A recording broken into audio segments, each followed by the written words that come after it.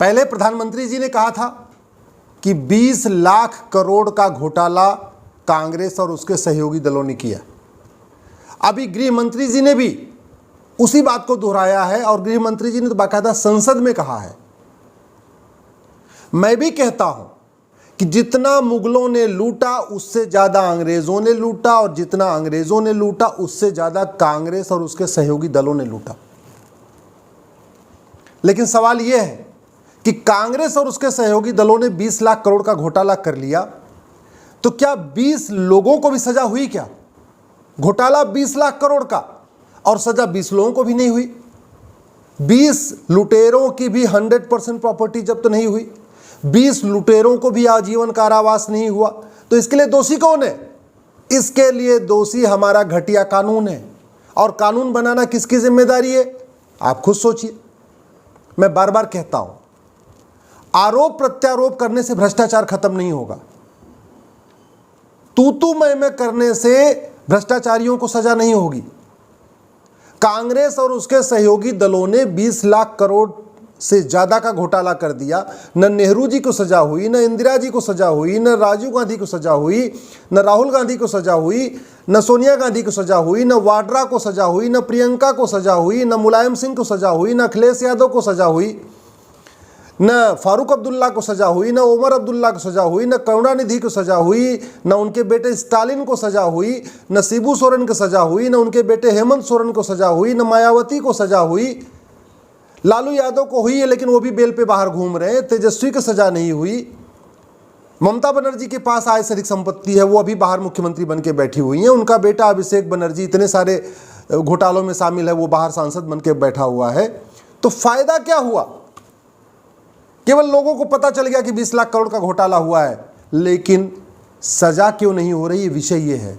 जब तक सजा नहीं होगी तब तक घोटाला नहीं रुकेगा, जब तक सजा नहीं होगी तब तक देश का फायदा नहीं होगा। चीन में कानून मंत्री को कुछ दिन पहले फांसी हुई है। चीन के एक फैक्ट्री के जीएम ने वेंडर से, यानी जो वहां पे कॉन्ट्रैक्ट पे काम करता था, उससे कुछ पैसा ले लिया था। उस कंपनी के जीएम को फांसी हुई है। सिंगापुर में एक व्यक्ति 900 ग्राम गांजा लेके पाया गया, उसको फांसी हुई है। दुनिया के कई देशों में भ्रष्टाचारियों को फांसी दी जाती है, हमारे देश में ऐसा कानून ही नहीं है। दुनिया के कई देशों में घूसखोरों को, जमाखोरों को, मिलावटखोरों को, कालाबाजारियों को, नशा तस्करों को, मानव तस्करों को फांसी का कानून है और फांसी दी भी जाती है। हमारे यहाँ ऐसा कोई कानून ही नहीं है। दुनिया के कई देशों में अलगाववादियों को, धर्मांतरण कराने वालों को, घुसपैठियों को, और जो वहाँ पे मिशनरीज धर्मांतरण कराती हैं या जिहादी जो गतिविधियाँ करते हैं, उनको आजीवन कारावास से फांसी का कानून है। हमारे पास है नहीं। और सब कुछ हो रहा है। एयरपोर्ट बन रहा है, हाईवे बन रहा है, स्कूल बन रहा है, कॉलेज बन रहा है, यूनिवर्सिटी बन रहा है, जिसमें करोड़ों रुपए खर्च भी हो रहा है। कानून बनाने की तो कोई लागत नहीं होती है। तो सवाल यह है कि कानून क्यों नहीं बन रहा है?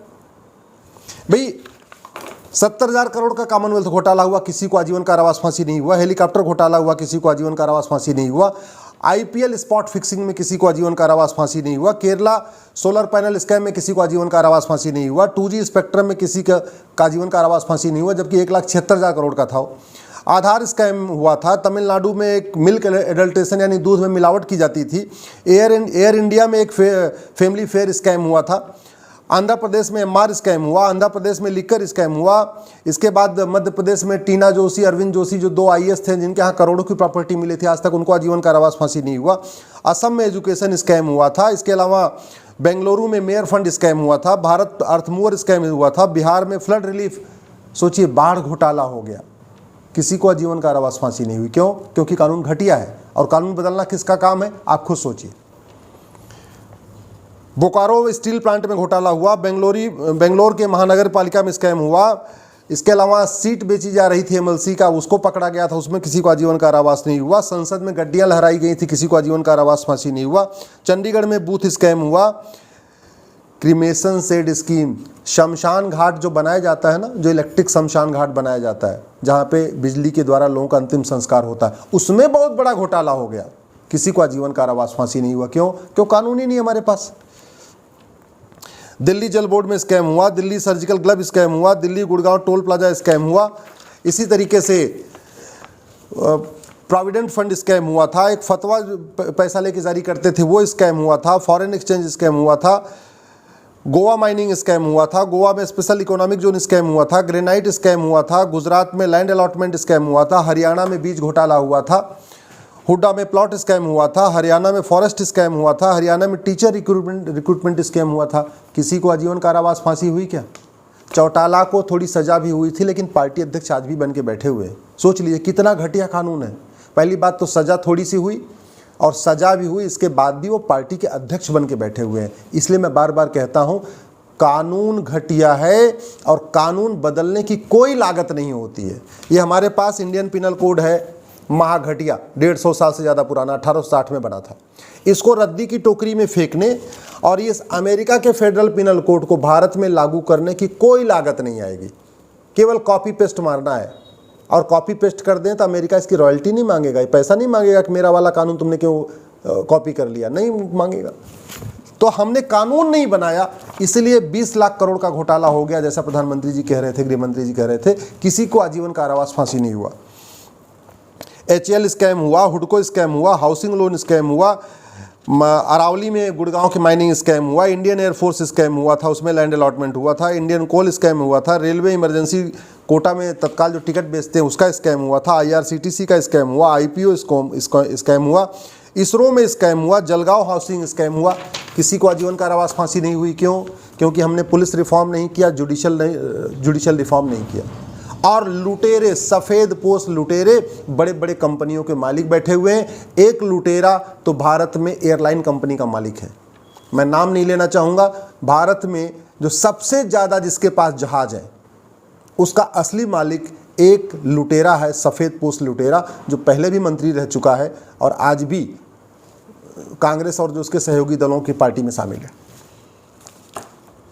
जम्मू कश्मीर में क्रिकेट में घोटाला हुआ था, जम्मू कश्मीर के एग्ज़ाम में घोटाला हुआ, जम्मू कश्मीर रिक्रूटमेंट स्कैम हुआ, जम्मू कश्मीर में PHE स्कैम हुआ, झारखंड में मेडिकल इक्विपमेंट स्कैम हुआ। आप सोचिए, हॉस्पिटल में अगर जब जो हॉस्पिटल में ऑपरेशन के जो सामान खरीदे जा रहे हैं, अगर वो घटिया क्वालिटी के होंगे, नकली क्वालिटी के होंगे, तो लोगों का ऑपरेशन कैसा होगा आप खुश हो सकते हैं। अगर दवाइयाँ घटिया आएंगी, दवाइयाँ नकली आएंगी, तो लोगों की सेहत के साथ क्या होगा आप खुद समझ सकते हैं। लेकिन उसमें भी घोटाला हुआ है। कर्नाटका में हाउसिंग बोर्ड स्कैम हुआ, कर्नाटका में वक्फ बोर्ड स्कैम हुआ, केरला में इन्वेस्टमेंट स्कैम हुआ, फर्टिलाइजर स्कैम हुआ, राइस स्कैम हुआ, मधु कोड़ा का DA स्कैम हुआ। मधु कोड़ा को फांसी हुई क्या? 30-35 हज़ार करोड़ लूट के ले गया बंदा, आज तक उसको आजीवन कारावास फांसी हुई? 100% प्रॉपर्टी जब्त हुई क्या? नहीं हुई। क्यों? क्योंकि कानून घटिया है और कानून बदलने की कोई लागत नहीं होती। इसी तरीके से मध्य प्रदेश में स्कॉलरशिप स्कैम हुई, महाराष्ट्र में हाउसिंग स्कैम हुआ था, महाराष्ट्र में लैंड स्कैम हुआ था, आदर्श हाउसिंग स्कैम, जिसकी अभी बात प्रधानमंत्री जी ने भी किया था, गृह मंत्री जी ने भी किया था। आदर्श हाउसिंग स्कैम महाराष्ट्र का बहुत फेमस है, खूब चर्चा हुई थी, खूब उस समय मीडिया में चर्चा हुई थी। किसी को आजीवन कारावास फांसी हुआ? नहीं हुआ।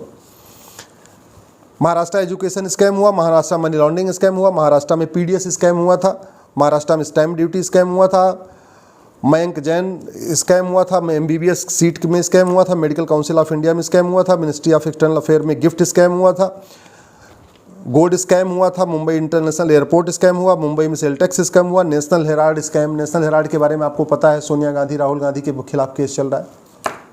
कितने दिन से केस चल रहा है। एक नार्को पॉलीग्राफ ब्रेन मैपिंग कानून होता, अब तक दूध का दूध पानी का पानी हो गया होता। दुनिया के कई देशों ने नार्को टेस्ट, पॉलीग्राफ टेस्ट और ब्रेन मैपिंग टेस्ट को अनिवार्य किया हुआ है। भारत में कानून नहीं है, इसलिए जो लुटेरा है उसकी मर्जी है कि वो अपना नार्को टेस्ट कराए या ना कराए, उसको फोर्स नहीं किया जा सकता। कानून महाघटिया है।